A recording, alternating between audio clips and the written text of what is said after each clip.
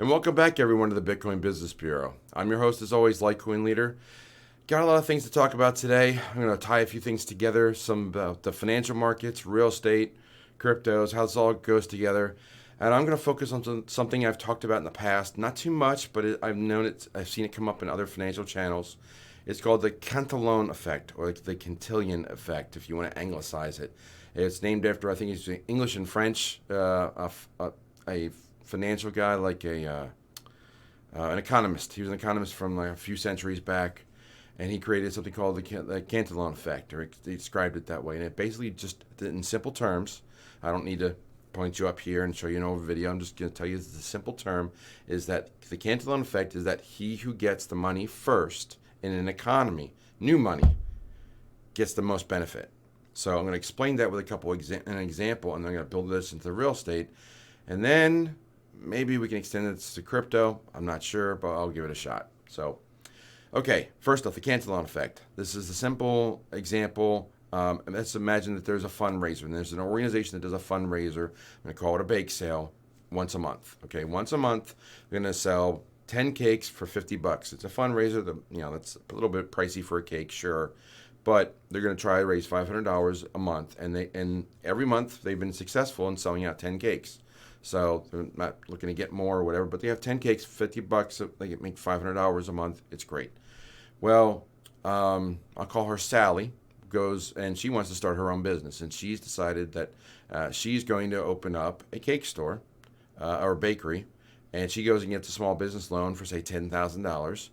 But she also knows about this bake sale, and she loves the cakes. So she decides that for her first month, rather than worrying about setting up the kitchen or getting her staff, she's going to load up her cafe, her bakery, with 10 cakes and buy all these cakes for $60 a month. So she's going to go to the bake sale, buy all 10 cakes for $600, walk out of there. There's going to be a lot of displeased consumers, except for Sally. But that's what's going to happen, because Sally's going to go and sell them for like $99 or sell them for $10 a slice or whatever she's going to do.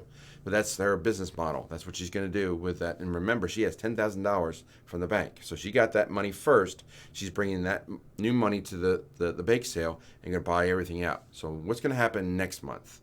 Next month, everybody who made a cake, maybe they make a second cake. Maybe they raise their prices to $60 because that's what people paid last week. At least Sally did. And everybody went home upset not having a cake. So maybe you go $60, maybe even you go $70. So the prices will go up with limited supply. Okay, and now, like, if there's new money again, Sally still has a lot more money left over from last month, because not only did she spend she only spent $700 over 10 grand that she got from her small business loan. So she still has more money. She also made money selling those cakes. So she's going to come back and she's going to want to buy all those cakes again. But there's only so many ingredients, there's only so many bakers, there's only so many cakes. So she's going to come in there and she's going to try and scoop them up for $70, $80. Well, other people are going to come in there and they may pool their resources and try to buy as best they can and just be the first one there and buy those cakes up as quickly as possible. So let me extend that, and so that's the Cantillon effect, right? So, or Cantillon effect. Okay, Sally's new money changed that market, because the market was basically in equilibrium every month. 10 cakes, $50, $500 to the charity or the organization that was doing the bake sale. People got 10 cakes for $50. They were happy. Everybody was happy. But now Sally went and mucked it all up by getting more money and injecting it into this market. So I'm going to turn that around, and I'm going to replace the bake sale with real estate. And now I'm going to replace Sally with, say, Vanguard or BlackRock. And I'm going to replace the bank with the Federal Reserve. So now the banks have money that they don't want to keep or hang on to. They know it's losing value each and every day. So they want to get it and buy real assets as quickly as possible. So they're making cash offers on houses and snapping them up as fast as they hit the market. Sometimes the same day there'll be a contract for over asking price, because they have these models and these algorithms that search for new listings and go and grab these houses. Now, will the market dynamic change with interest rates going up? It could very well do that. The prices will have to come down because of that.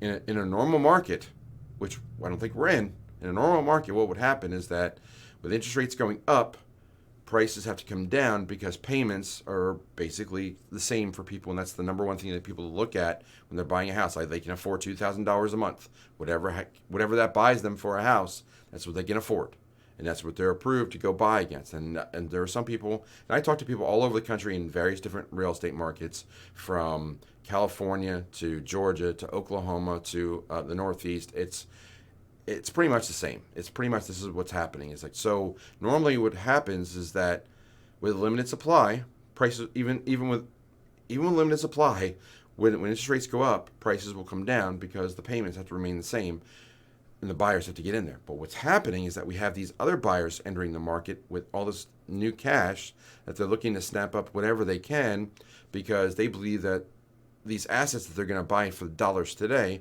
will be worth more than those dollars will be in the future. So it's a game of, will the real estate appreciate better than the dollar loses value? It's a tough game, because prices have to eventually come down. There can only be so many houses, because there can only be so much rent you can charge. There's only so much that the average consumer and the average American can withstand.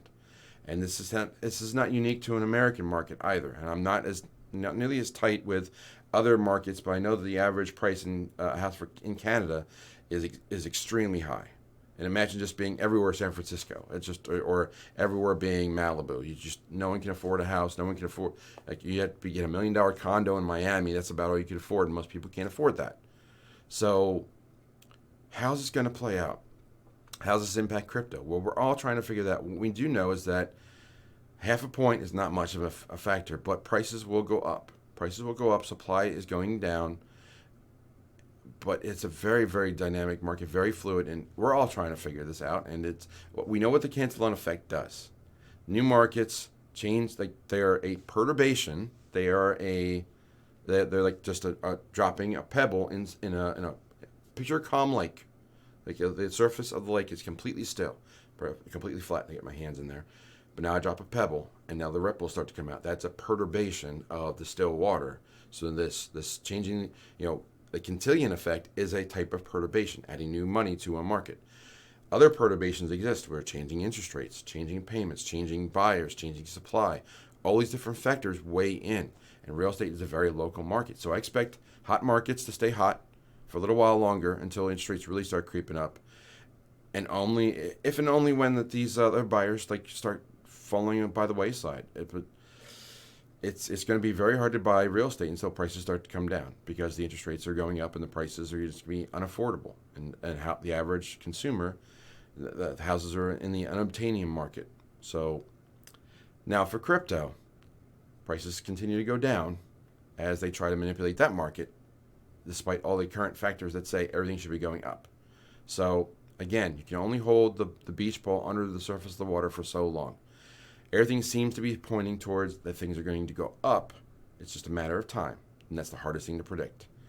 So what are your thoughts on the real estate market? What are your thoughts on the Cantillon effect? Did I explain it well? Do you understand it? Do you have more questions?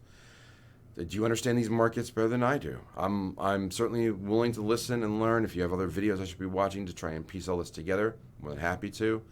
So I wish I could provide you the answers, but I don't think anyone has a clear picture yet.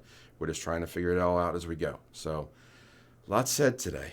I'm going to close the door on the bureau, say follow leader one more time, and I hope to catch you on an AMA on Wednesday, probably live here for free. We'll talk about that more tomorrow.